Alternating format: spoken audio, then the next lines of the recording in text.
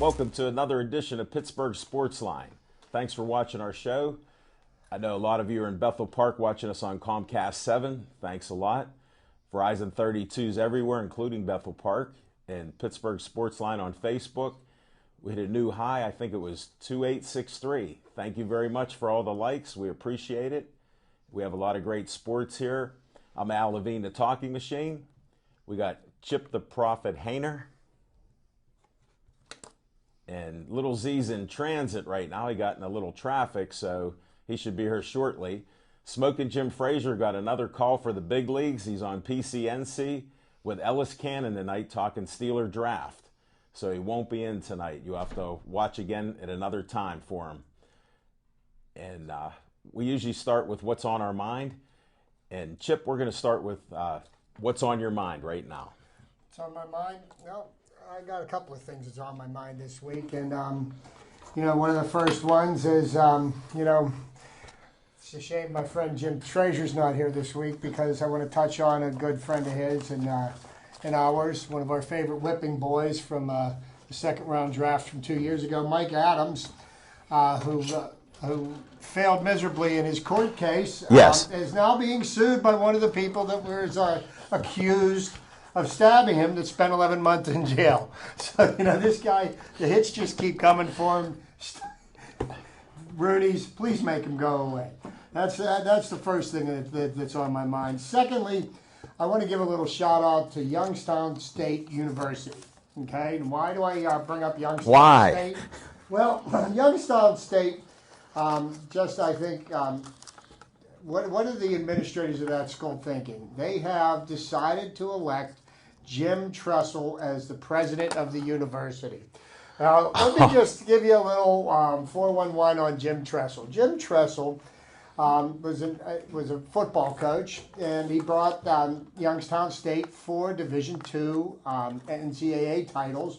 He was also sanctioned for cheating and lying about it, and subsequently the 4 national titles, the lying, the cheating, got him a job at the Ohio State University, where once again he used the same methods to get a national championship in 2002, which then prompted him to continue his unsavory behavior, which led to his being sanctioned again by the NCAA and banned from life for coaching in the NCAA.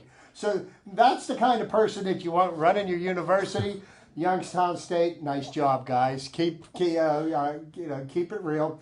There was something else. Oh, and please, I know we've heard a lot about Donald Sterling, and if anybody has a case for pleading insanity, if you watched his interview with last night, insane. He's got it locked up.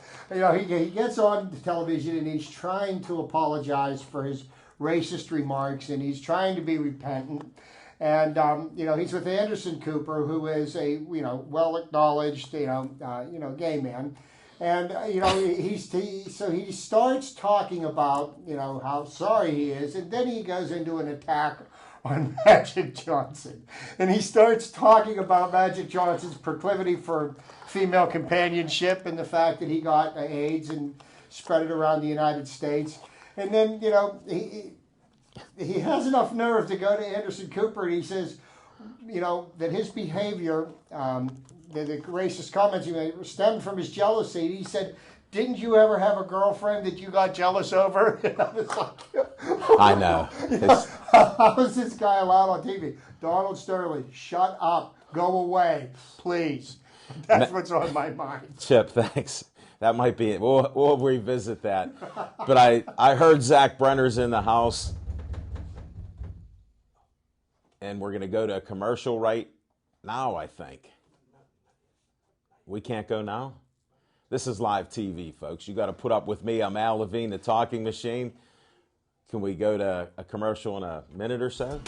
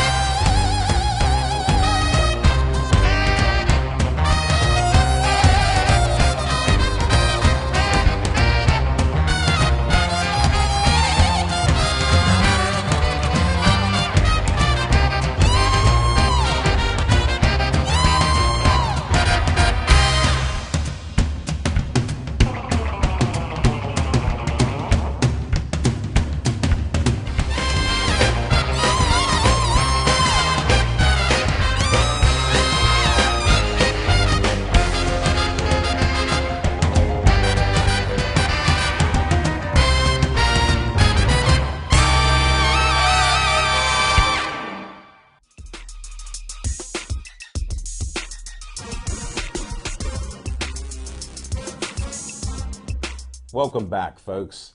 This is Al Levine, the Talking Machine, with Chip the Prophet Hainer. And Zach Brenner just ran the 40-yard dash, the best he's ever done, and he's here live, folks. What's on your mind, Zach?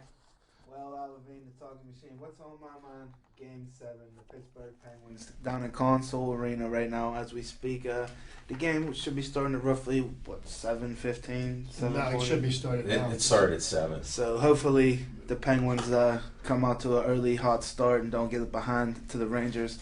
And they don't let Henrik the King Lundqvist steal this Game 7 from us. But in recent history, the Penguins are 2-5 in Game 7s overall in their tenure. 2-6. 2-5, 2-6. Latest update here. Latest update from Google Hainer.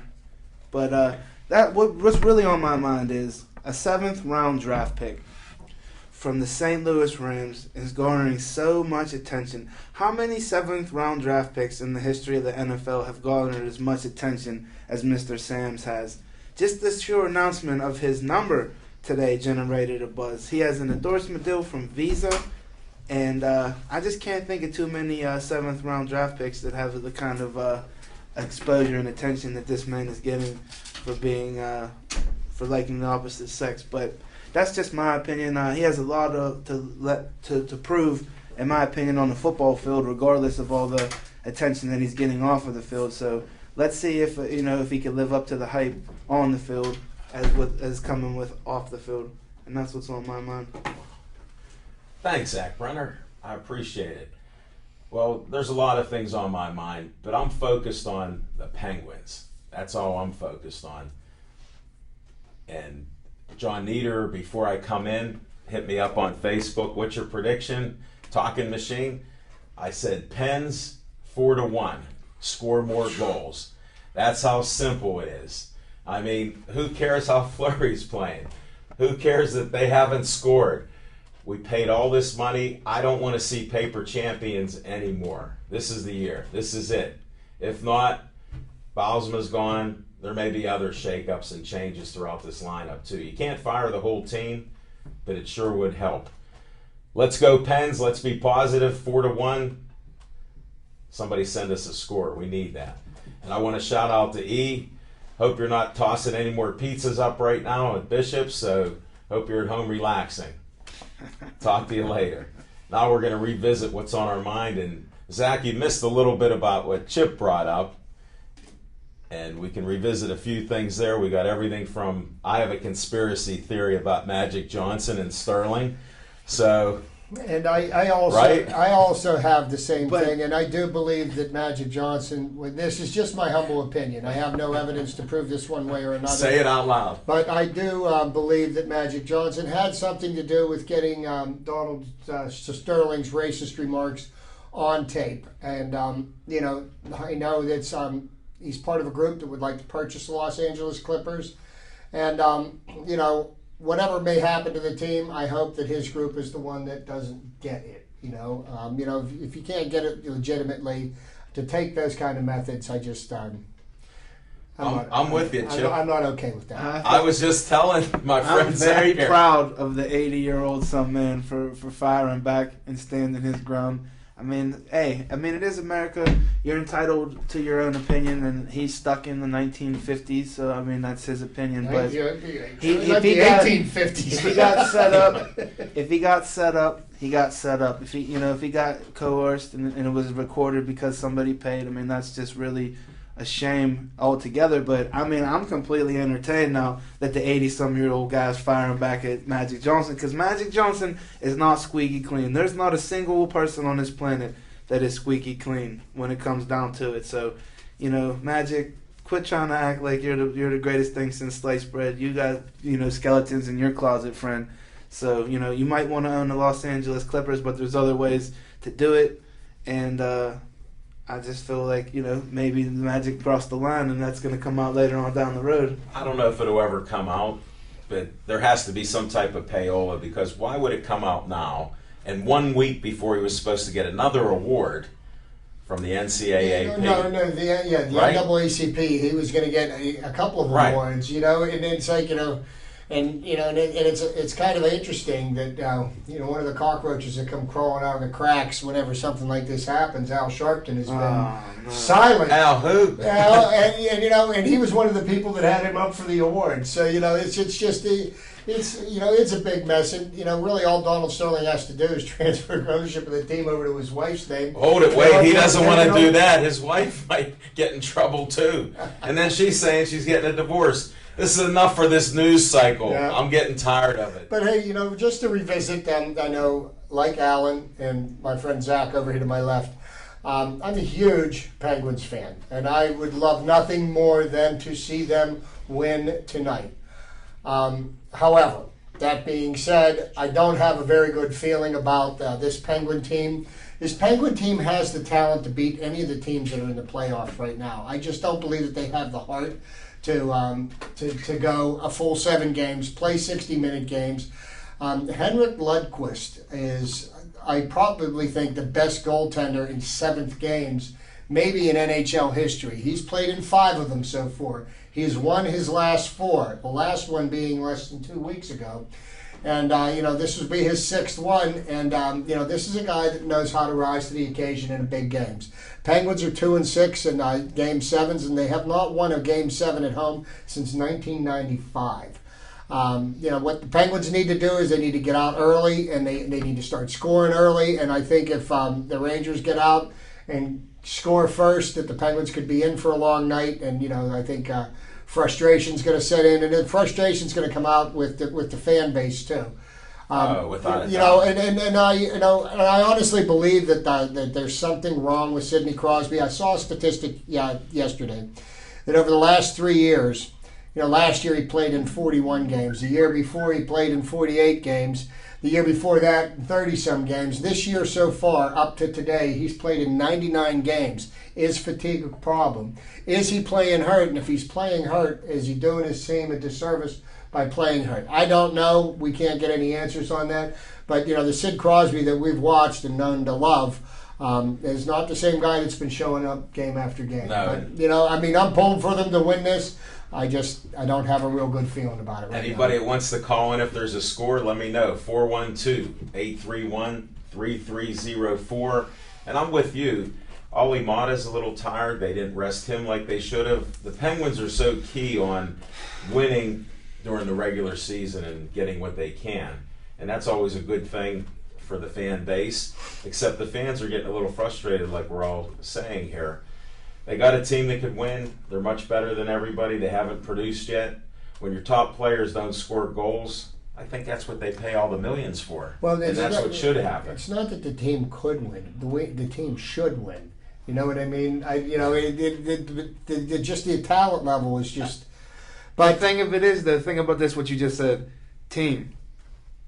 There's no book nobody on this panel, nobody in the city, nobody on this planet can say that is a team. In order to be a team, you have to play as a team. You have to buy in as a team. You have, everything. So many things have to come together to win a championship, let alone the Stanley Cup. The Stanley Cup is one of the hardest championships in all you need professional 16 sports. Games. You got to win 16 games. It's one of the hardest. I agree with you. We're stuck at 7. So my thing is the teams, battle-tested teams. The men separate themselves from the boys, and you find out real fast and real quick. What a team is truly made of, and that's why we crown a champion every year, and that best team wins. And that's why we play the games, and however many games Al keeps track of. No, you only need 16 wins. He got his abacus at home, and he keeps track of the games.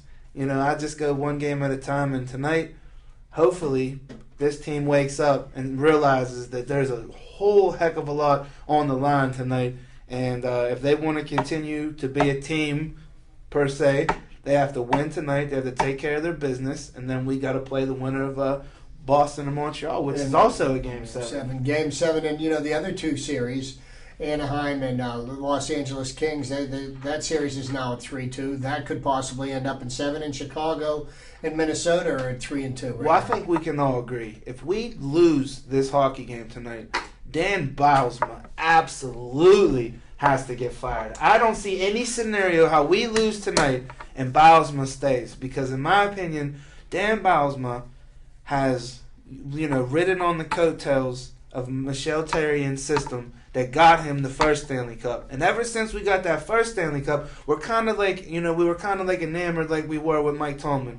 Mike Tomlin, oh man, he was the greatest thing. He came in quick and we got a Super Bowl faster than any other coach that we had in a long time in Steeler history. Well, the same thing happened with Dan Bylsma, and you kind of get enamored with these guys because you're like, hey, well, it was only like 2009 the last time we won. Well, hey, it was 2009. We're in 2014 now. So I think it's time, we got some of the greatest players in the world. And you know what? The fact that Sidney Crosby isn't playing good also upsets me because of the fact that he's getting whacked in the head, he's getting cross-checked, and the league doesn't do anything about it. They're more worried about finding guys for squirting water at other guys than they are for protecting the stars of the league. Neither are his teammates. And that, I see Letang come to his defense. Retaliation is one thing, but you know what? I saw Sid getting manhandled. I see him getting cross-checked around the back of the head. Hey, you know what? If they can get away with doing it without getting whistled for it, the refs turn their heads. I think his turnaround is fair play. And then the Penguins are not a tough team. They feel, well, here, we'll get even with them, we'll score. Well, you're not doing that either. Well, we need a couple of those guys, Tanner Glass, Bortuzzo. Derek England. Yeah, well... We need a couple guys that can mix it up a little when something happens. And you guys know as better as any, especially if we're going to stick with the team theme. We'll stick with the team theme tonight on tonight's show, especially on a team.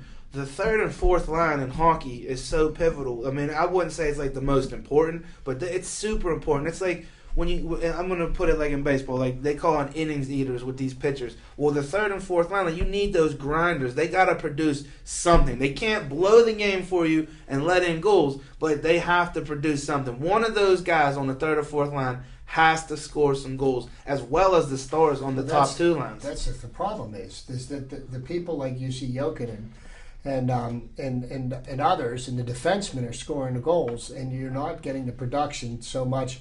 You take away Evgeny Malkin's game where he scored the hat trick, and he's not really having a good series. No. James Neal. Hey, has anybody heard or seen James Neal? I heard an interview on Mother's Day. And other than he's a dirty player, I haven't heard anything about him. It's frustrating. And it is frustrating. And if the Penguins lose tonight, I do believe that the coach will be replaced, and we've got Jacques Martin as the assistant head coach, and he is a defensive-minded coach. And there's also the coach who was the original head coach for the Nashville Predators, who's also a very good friend of Ray Shero's, who is also another defensive-minded coach. And you know what? We've got the offensive firepower. We spend way too much time passing the puck. We need to throw pucks at the net. We need to crash the net. Is defense really the problem right now? Because in my personal opinion, defense isn't really the problem. We can't score goals. So what does it matter if we get a defensive-minded coach? We can't score goals. So with defense, Zach, you are playing in a disciplined system when we are completely undisciplined in the way we play hockey. When your power play fires blanks and goes abysmal, and your top stars, some of the greatest players in the league, aren't scoring goals and living up to their expectations. You mean the power play that's 1 for 19? You can't I put call it the power outage. You can't put it all on the goaltender. The goaltender can't score the goals, And even if we were losing 1-0 games, we're still not scoring any goals for the man. Give him a 3-0 lead and see. I'm hopeful. It's not insurmountable, but give them a lead for Pete's sake. No, I understand that. Well, we've done our Penguins segment now because you can see we're passionate about it, and I know you, ladies and gentlemen out there, are passionate about your Penguins. I know you're watching. If Devin's in the control room, give me a little text on what's the score, even if it's 0-0. I'm on pins and needles right now, and then the Buccos play at 8:05. So, yeah, they do. The Penguins stuff. The Pirates have a pivotal series against the Brewers, and the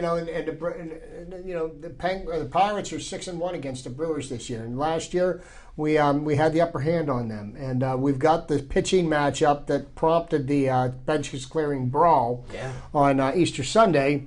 Garrett Cole is on the mound tonight, so we'll see what happens. These are two teams. Bitter rivals. The Pirates have traditionally not done well against. They call Miller Park the House of Horrors for the Pirates. Yeah. So they started turning the corner. They won the last 3 series in a row, and I think as long as they keep on doing the way they have been playing, and they've been playing very, very well. The pitching has still been a little suspect, but the offense has awakened. Right. And I think Marte moving down to the 5 or 6 hole has helped spark the offense. Now, they mixed it up. We're going to go back to that Okay. a little towards the end, but I did want to mention, I know people want to switch that dial, but don't do it yet. We got Sips Sports Bar to bring that up and some conversation there. We had a nice show there with a lot of great guests. Zach Brenner brought a Steel Valley guy in there who got drafted by the Houston Texans. Shout out to Tyrone. Thanks for coming on short notice. We appreciate it. Great interview. And, of course, they had the meatball hoagie. I haven't had one in 3 weeks, but we did have the meatball hoagie there. Shout out to the Campides.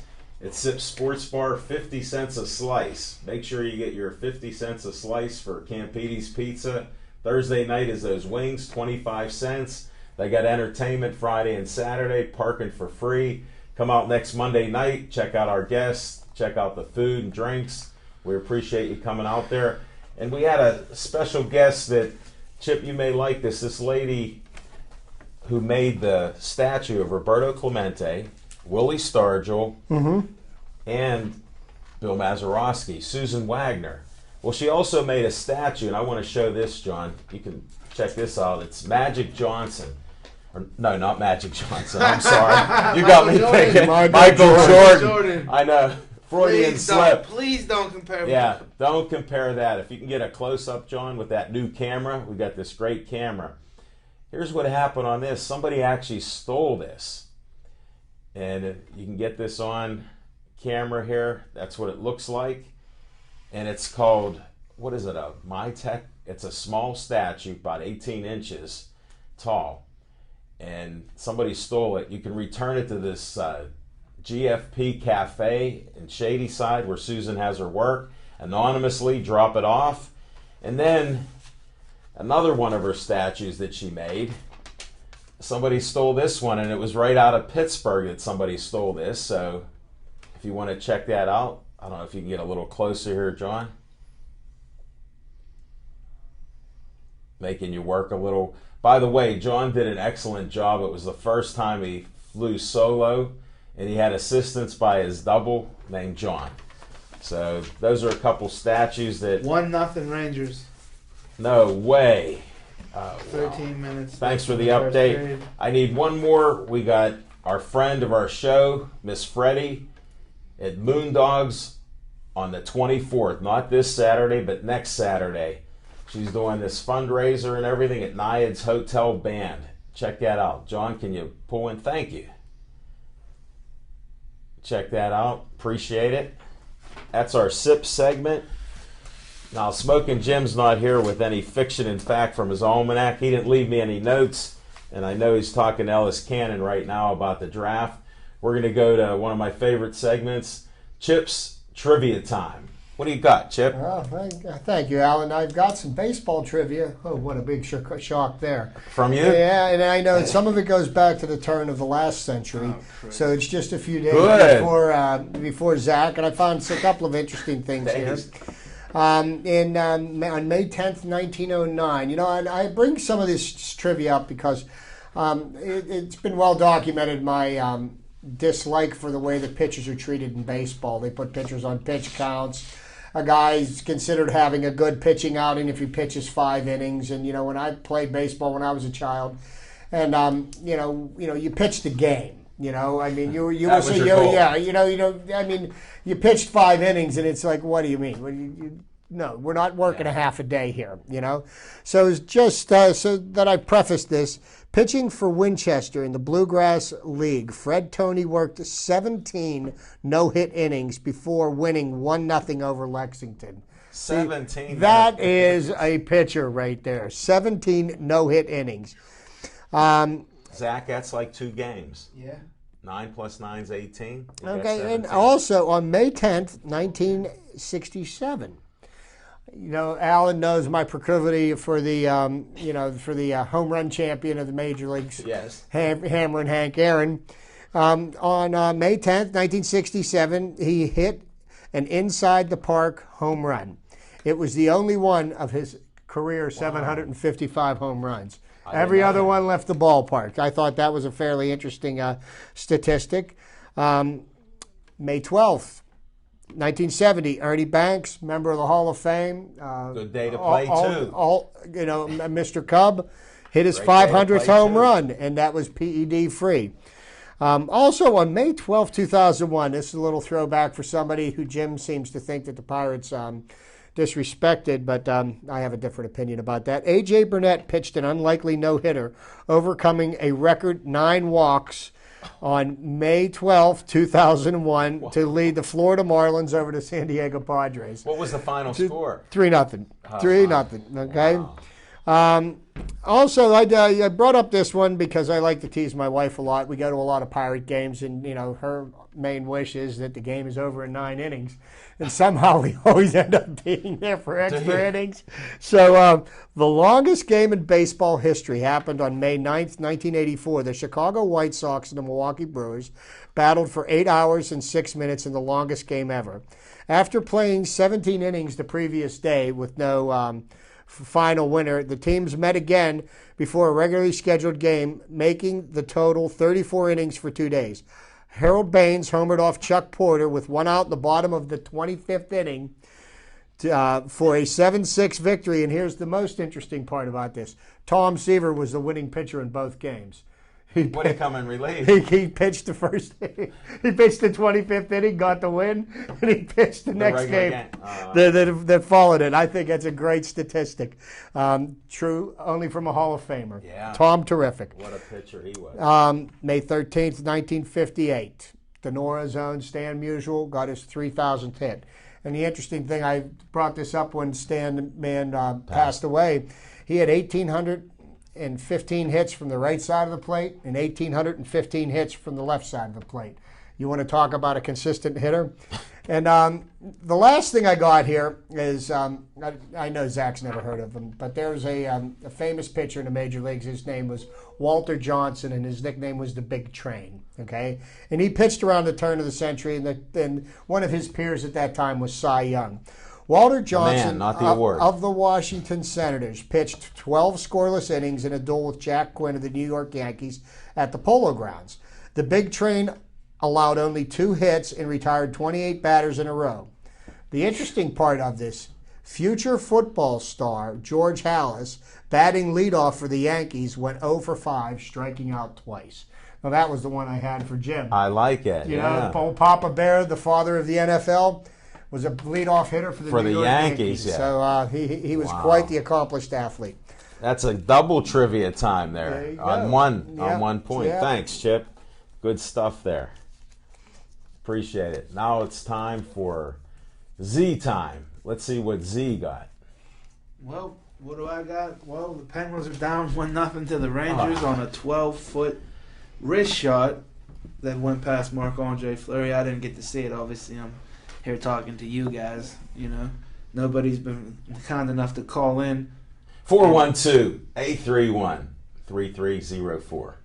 But what's got me pumped up is the prospects for Lightning Rod Sulka at 135 pounds. Right now he should be rated about number 10 in the world with the WBC interim belt that he holds on to. I've also got late-breaking word that Paul Spadafora is trying to get back into the ring. We'll see whether or not that materializes. Better late than never. On Friday, me and Al Levine, the Talking Machine, are going to be making our way to Atlantic City to see my good friend Brutal Brendan Barrett defend his heavyweight cage fighting belt. And the next following night, on Saturday night, down at Mountaineer Casino and Racetrack, we got Team Hutchinson, Ed Lattimore, and Moni Meza Clay making his return back to the ring. So I'm very excited for a great week of fights this weekend, but I got to fight my way through the work week first. So okay, that's a little bit of Z time. And I just want to give another shout out to Tyrone Ezel, fellow Still Valley product, for coming out and being a guest on our show last night. Nothing but the best friend and your prospects out there and with the Houston Texans. Very good. Thanks, Z. Now, our NFL scout's not here tonight, but I do have our segment for the Steeler draft. I'm over here, John. Thanks. Over there. And with the Steeler draft, with the 9 picks that they have, they were about 50-50 on offense and defense. I think they went for 5 defense and 4 offense. Yeah. So, I mean, they need help. But how many rookies actually start for the Steelers? Well, that's what I look at. We do get some instant help, but how many do? I'm going to let the cat out of the bag. And I was communicating with Jim while he was in the war room, and I was bugging him for his grade. And of course, if you listened to my opening segment last week, I said the one thing is for certain about the draft last week is that Jim was going to eat a good steak dinner. He had a He's couple. going to hate every one of our draft picks, and he graded it as a D-. But if you look at the draft, how do you really grade a draft class on draft day? Because on paper, everybody, every one of these players filled a need. Now, whether or not any of these guys can play football, we're going to find out. One of the things that I found interesting was this kid that we picked up in the third round, Dry Archer. Kid's 5'8", 175 pounds. But this is the most interesting thing I heard about him. That he bench pressed 225 pounds more times than Mike Adams did. Oh, no, that's your pet peeve about Mike. I didn't even want to go about Mike. Yeah, he said they said he bench pressed it 25 times. I'll give you a name. All right. Amos Zerway. I remember. Amos Zerway. Famous Amos could from West bench Virginia. Press more than the Sun linemen.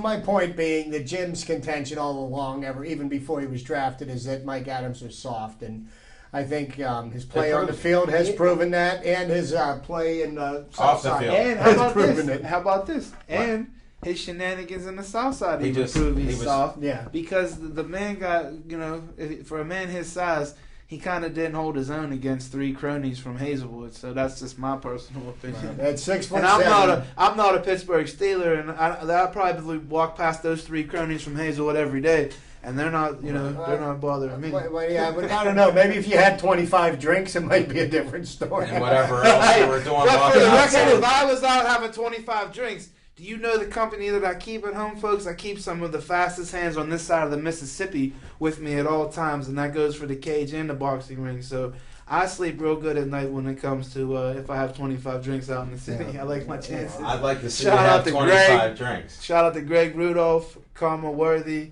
all the boys, the Whip, everybody, Hank, all the fighters, man. Broad, Spatty. Even the no beard Bard.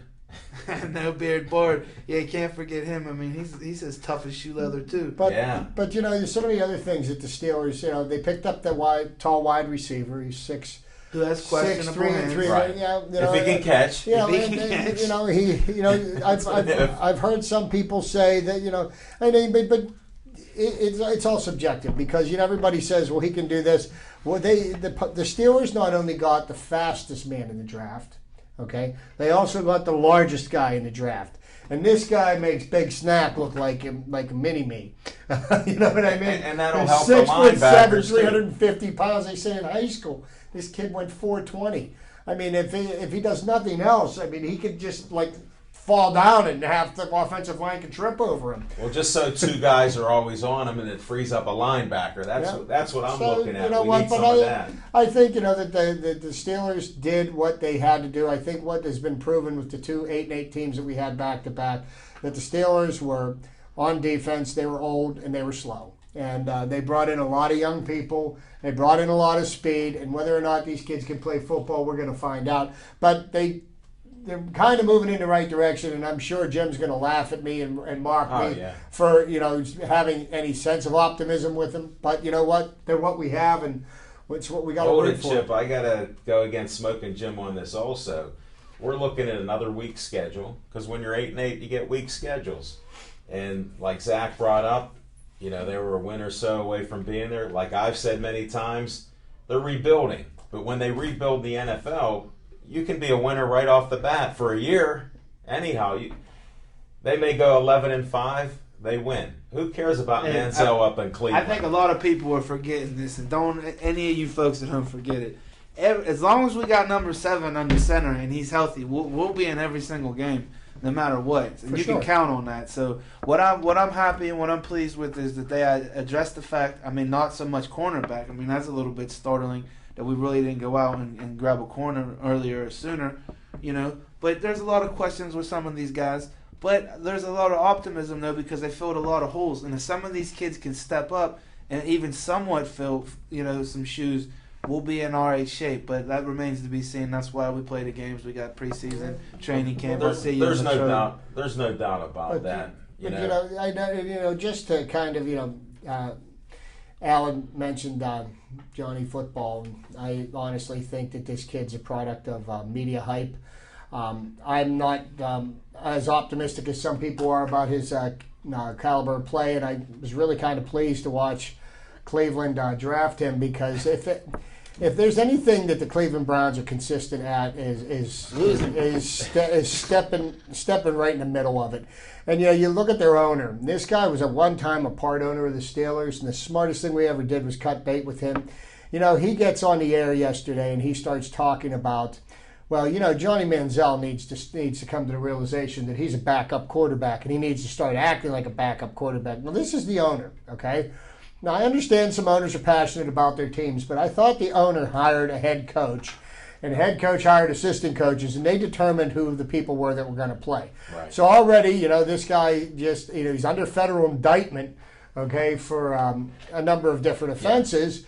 Yeah. He needs to get his own house in order and let the people that he hires run the football team. That's a good owner is not somebody like Jerry Jones. Okay, a good owner hires good quality people and he lets them run their team. Okay, right. I mean, you could say what you want about Bob Nutting, the owner of the Pirates.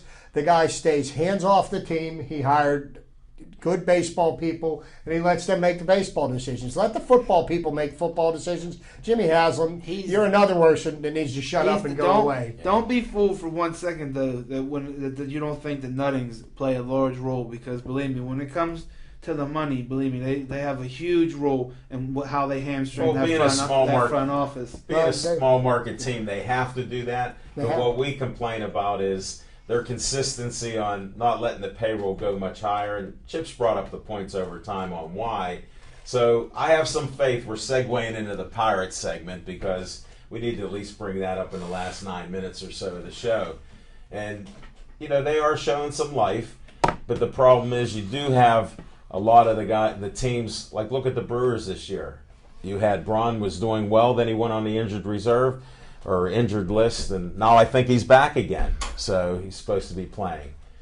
So we do have to watch the other teams. Look at Chapman's back on the Reds. Yeah. So I mean, you have a pitcher now. You've got a lot of teams that are going to have to, that are going to have to deal with injuries this year, and the Pirates are no different than any other team. The Pirates do have the pieces in place, and they are going to have a successful season. And you know what? It's going to happen, and it's going to be interesting, because the team's mettle is being tested, and I think they're starting to rise to the occasion. In the last 3 series, you've watched them consistently play good baseball. They get down early, they battle back. Right. Okay, and then I thought for sure that they were going to sweep the Cardinals, and then they go down 4-0, and I'm like, oh no, here we go again. But then they end up losing the game 6-5. They should have won that game. They had the bases loaded, 1 out. And they just didn't get the runs across. But the Pirates pitching, which was their stalwart last year, it's a work in progress right now. Wandy Rodriguez is coming off the DL. We need him. We actually need him pitching well. He'll be pitching on Thursday, and yes, we need him to pitch well. Jason Grilli is starting to throw off the mound again, and what I want to see out of Jason Grilli when he comes back, and I don't know if he's going to get handed the closer's role right away, but he was throwing the ball 92, 93. Last year when he was effective, he was throwing the ball consistently 93, 94, occasionally bumping it up to 95. Right. I'm glad you brought up him, because I have a theory once you hit that 36, 37-year-old mark, and the pitchers, it takes a toll on them in this day and age, because they're so specialized. Even if you only pitch 30 innings as a reliever, Chip, it seems when they start to break down, I'm noticing a lot of these guys, they have that window closed on them. And I'm fearful with Grilli, because I like him. His story is great, and he did well for us. But you can't bring him back as a closer right now. I think you have to work him into their middle relief or whatever else. I got a name from the San Diego Padres, Hoffman. He was a great closer, but you just got to know when to hang it up, like to go out like with dignity, instead of going out getting bombed like the Wild thing. Well, Major League. Here's the thing with Jason Grilli, and he had an oblique injury. Now that affects the torque that you use to throw. Yeah, that's an injury that and you he had can a play tendon with. injury last year. Yeah, that's an injury that you can try to play, but it does affect your performance. Now he comes back. I'm really looking at to see what he does, and if there's anything that I do when I go to the Pirate games. And by the way, we the four of us will be going down to the Pirate game on the 22nd. Yeah. And I really hope Strasburg's pitching that night because I really want to see this kid pitch. But I focus on the pitchers. Yeah. I watch their mechanics. I watch the movement on the pitches. I keep an eye on the radar clock. And just see what kind of offerings that these guys have. Because that's the most fascinating part of the game to me. And that's what I'll be seeing. I was a pitcher, Chip, and I watched their pickoff moves. And I watch when they pitch from the stretch, especially the starting pitchers. Now, when you have a reliever come in early, they usually go right to the stretch, even if there's not a runner on, just because they do it consistently. And to me, you'll see some guys lose a mile or two per hour on their fastball, which it's critical. When you're dropping 91, 92, these major leaguers are trained to hit that fastball. Well, in a pitcher, when he's got no runners on base, he can take a bigger leg kick and he can really try to get, his lower body into the pitch. But, when you got a runner on first, if you noticed last year, a lot of teams ran on the Pirates. 2 years ago, more so. Yes. Not so much last year with Russell Martin. But, the pitcher is more at fault for allowing a runner to get a jump off of first base because he's not coming to the plate quick enough. Right. So they have to shorten their step, and that also affects velocity as well. And I like to watch those strategies, like I was saying, not only their speed, but how they handle it. And if they do have a good pickoff move, you see the runners have some respect. And a lot of guys on the second base, when a guy has a good move, they don't take that huge lead. And they can sort of keep them back, which is nice. And also, you got Russell Martin. When you got Russell Martin or like a Yadier Molina behind a plate, that gives the runners a little closer to first base because they know that catcher's got a cannon. Now, speaking of catchers, Tony Sanchez is up and playing again because Russell Martin's on the DL. And then when he gets off the DL, he's got a one-game suspension to serve. And I see now why they wanted Sanchez to be down in the minors. He seems to have issues throwing. Yeah. His defense, he's good at blocking the balls. He's great. But geez, I mean, how many times have I seen him throw the ball into right field or, consistency with the catcher, that's something that you got to be able to do. I mean, that throw to second base especially, you need a throw. Yeah, when you can't get it to second base, and these guys my are question running. to you guys is how did you make it this far to the major leagues and you're unable to throw from the plate to the second baseman? That is a simple question. The guy can hit. You know what I mean? You could be a fair enough fielder, but if you can put the bat on the ball and drive in runs, you're going to find a place onto somebody's team. Especially as a catcher there, too. They want to see that.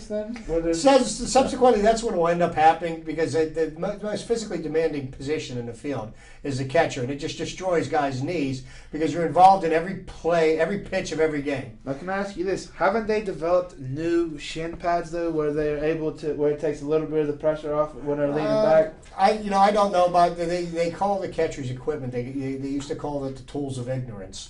But, I don't know so much as that. But just think about, try doing about 1,000 squats, up and down, up and down, up and down over the course of like 2 or 3 hours. And imagine what kind of wear and tear that does to your knees. I don't care what kind of equipment. Because you still support your body weight up and down and up and down. That's a lot of wear and tear. Most catchers look at Yogi Berra, who just had a birthday. Happy birthday, Yogi.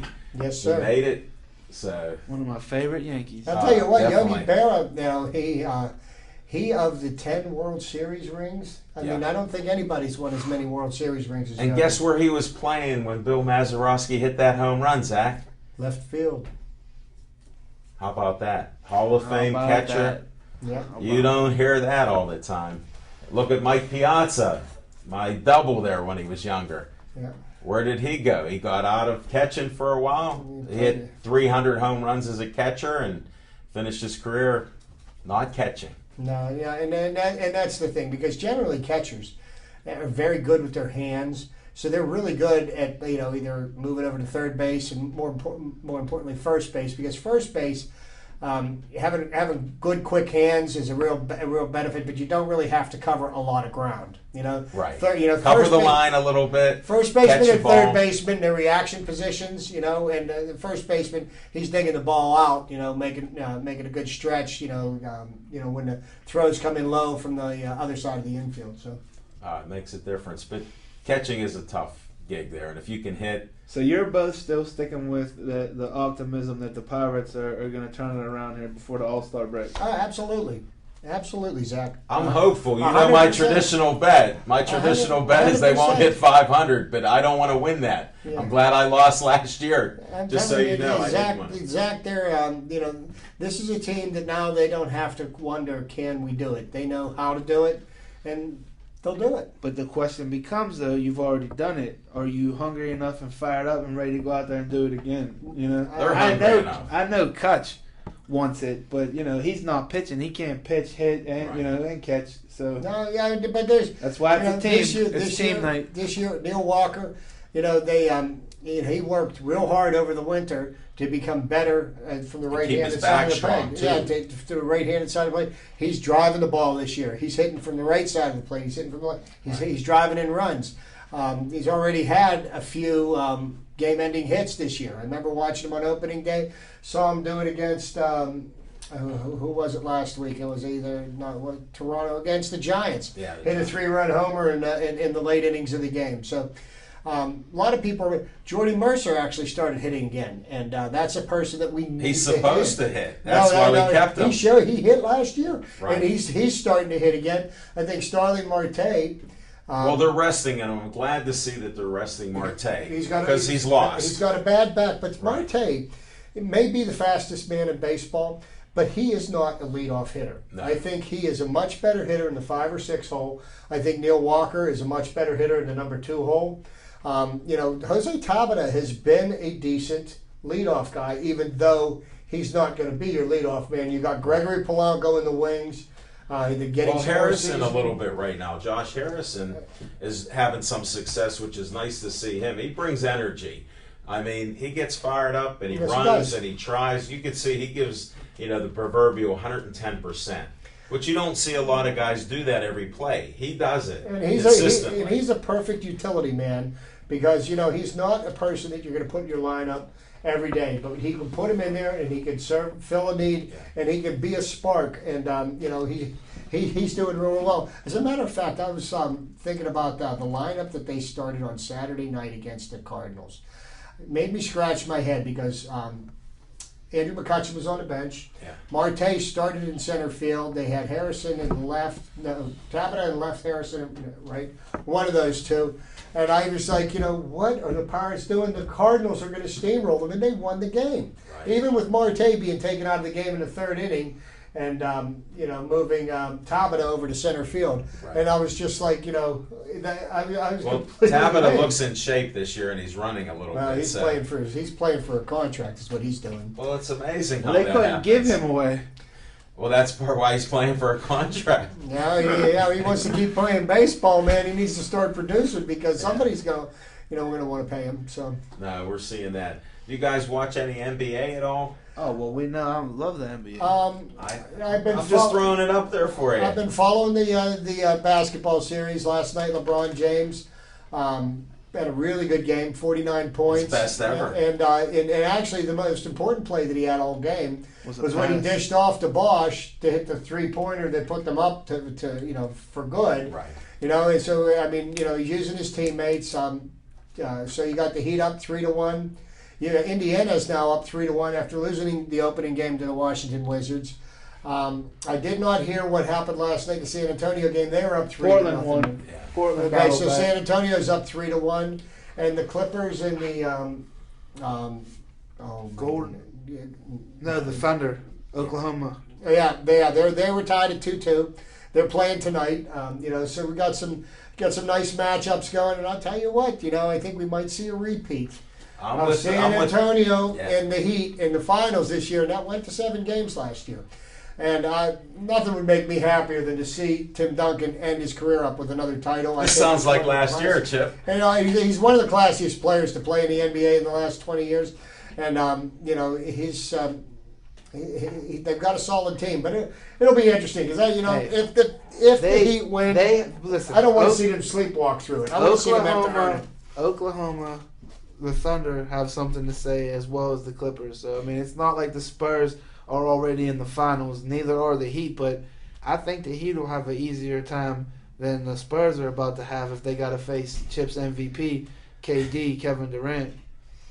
Yeah. Well, and I tell you what, another thing is that the best team in the East this year through the regular season was the Indiana Pacers. And the Indiana Pacers were sleepwalking at best going into the end of the season. They got taken to 7 games in the first round, and they beat the Atlanta Hawks in 7. And they lost the first game to the Washington Wizards. And everybody's like, what's going on? Right. Then all of a sudden, Roy Hibbert woke up. And Roy Hibbert is absolutely the best defensive center in basketball. And now Indiana is back to playing well. Indiana and Miami, they're gonna knock down, drag out. That'll be an interesting series to pay attention. That makes for good basketball. Like you say, you don't want to see people sleepwalking these teams. Mm-hmm. And when you have those big leads going towards the end of the season, look what happened with our local teams that we complain about.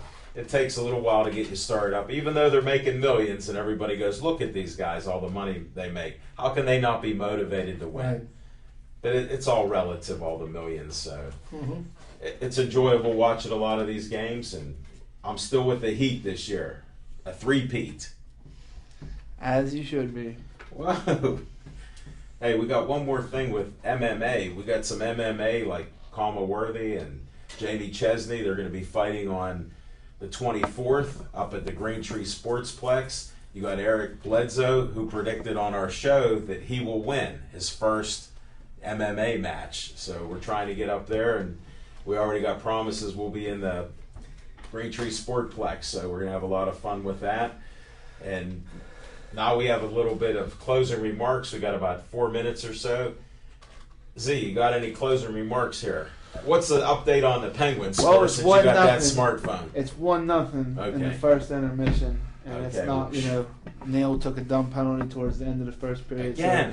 So, for some reason, they just can't get to, Bylsma is just unable to get the discipline to these players. He doesn't know the strings to pull at the right time to get the most out of these guys. Sometimes I agree with you on that. So you're not when you're a getting me player's wrong. coach, when you're a player's coach, you're a player's coach. And sometimes the guys don't respond to the player's coach. You don't want to be everybody's friend. Yeah, and they got to make something happen soon here. And like I said, they've got a team that by all rights, we shouldn't. Being up, I remember last Tuesday night, I got on the show and I said we were up 2-1. We were playing on Wednesday night, and I said by no stretch of the imagination is this series over. And we were only up 2-1 when I said that, and then Fleury threw another shutout. You can't count out. I mean, the New York Rangers have fought, they have scratched, they have scraped, and then you got behind a tragic event that happened to Martin St. Louis. When his mother passed away on Thursday, and he went and he played on Friday night. He was the number one star in Friday's game and Sunday's game. Sometimes a rallying point like that can be something that can emotional lift stimulate you a get. team. This time can help. We got 2 more periods. The Penguins are capable of doing this, but I'm going to tell you what, Lundqvist. If I was a betting man, and I'm not. I'd bet my money on Lundqvist and net for me in the Game 7 against anybody, but Let me text Smoking Jim. Can you get that yeah, with Tony Macaroni? Hey, he's looking good right now. It's 1-0. Yeah. Rangers after 1. And I heard somebody predict today that was going to be the final of the game. Rangers 1, Penguins nothing. But they got 2 more periods to play. Let's go Pens. Hey, my prediction's 4-1. Crosby and Malkin are going to score. I can't wait to get home to see that. when they start scoring. That power outage has to stop. Yeah, Come man. on now, plug it in now, guys. I'm going to listen to the game on the way home, and I love Mike Lang and the. Isn't the it old great two listening guys. to him? It's not great listening to him, but I wish they would say the score more frequently. Yeah, You yeah. know, I mean, I hear all for this so I hear all this long stuff, and it's to like, get come on, the tell me score. what the score is, please. Yeah, The I agree. the other night, I have to agree. agree with you. I wasn't watching on TV, and I was looking at my clock in the car, and it was about 12 minutes till they said something. I mean, Now, how does that happen? You're talking a fast-acting sport. Yeah, give me the score, 2-1. Hey, it's 2-1 Penguins, and then Right. talk about blah, blah, blah, blah, blah. The score's still Well, even if 2-1. they say the Penguins have scored 2 goals, and you bring it in that this player scored, that player scored, and then the Rangers scored. Or Well, my whatever. feeling is that you should just tell the score at the end of it, like when you take a commercial break or a TV timeout or something like that. Well, But if the game really goes for 12 straight minutes, then. Yeah. But still, in 12 minutes, you gotta let me know what the No, score. but that's what happened the other day, and I'm it was feeling like it. nonstop back and forth. Right. And I'm feeling it. definitely, me too. Now we're going on a road trip, Zach and I, so we'll be heading to AC to see brutal Brendan Barrett. We And can't wait. I gave, send Brendan my best. I stay in touch with him on Facebook. I'm pulling for him, man. He's been working Good hard. guy. We can't wait to see him in action. Look at what he's told us, and how he is. He's healed up, ready to go. So it's exciting to go to AC and see him. And then we want to see West Virginia at Mountaineer. We saw some good fights the last time. My question is the judging. When you go to West Virginia, it really is an adventure, and it's more so than you think. And sometimes you wish you had that girl that was a guest on the show last night at Sips. What was her name, Al? Alexis Pierce. Alexis Pierce. She's only the second. There's only 2 women boxing judges. You got to watch our show. You'll hear about that. And come out to Sips Sports Bar. We're going to close this down. Root for the Penguins. The Buccos are starting at 8:05, so you can switch those channels. You're done watching us. We'll have that show up from last night, probably on Wednesday tomorrow. So thanks for watching us on Verizon 32, Comcast 7, YouTube, and thanks for all those likes on Pittsburgh Sportsline on Facebook. Thanks, Chip the Prophet Hayner. Hi, Thanks, Alicia. Zach, Little Z. Rector. And hopefully we'll get Smoking Jim Frazier back next week. Take care, everybody. See you next week.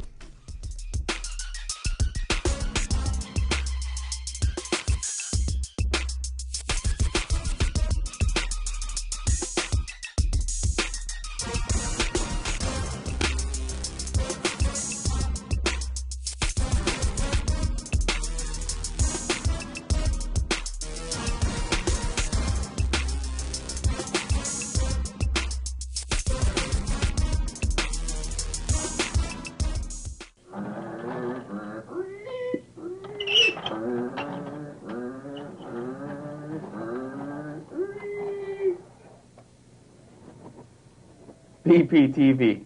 Come volunteer. If it wasn't fun, I wouldn't be here.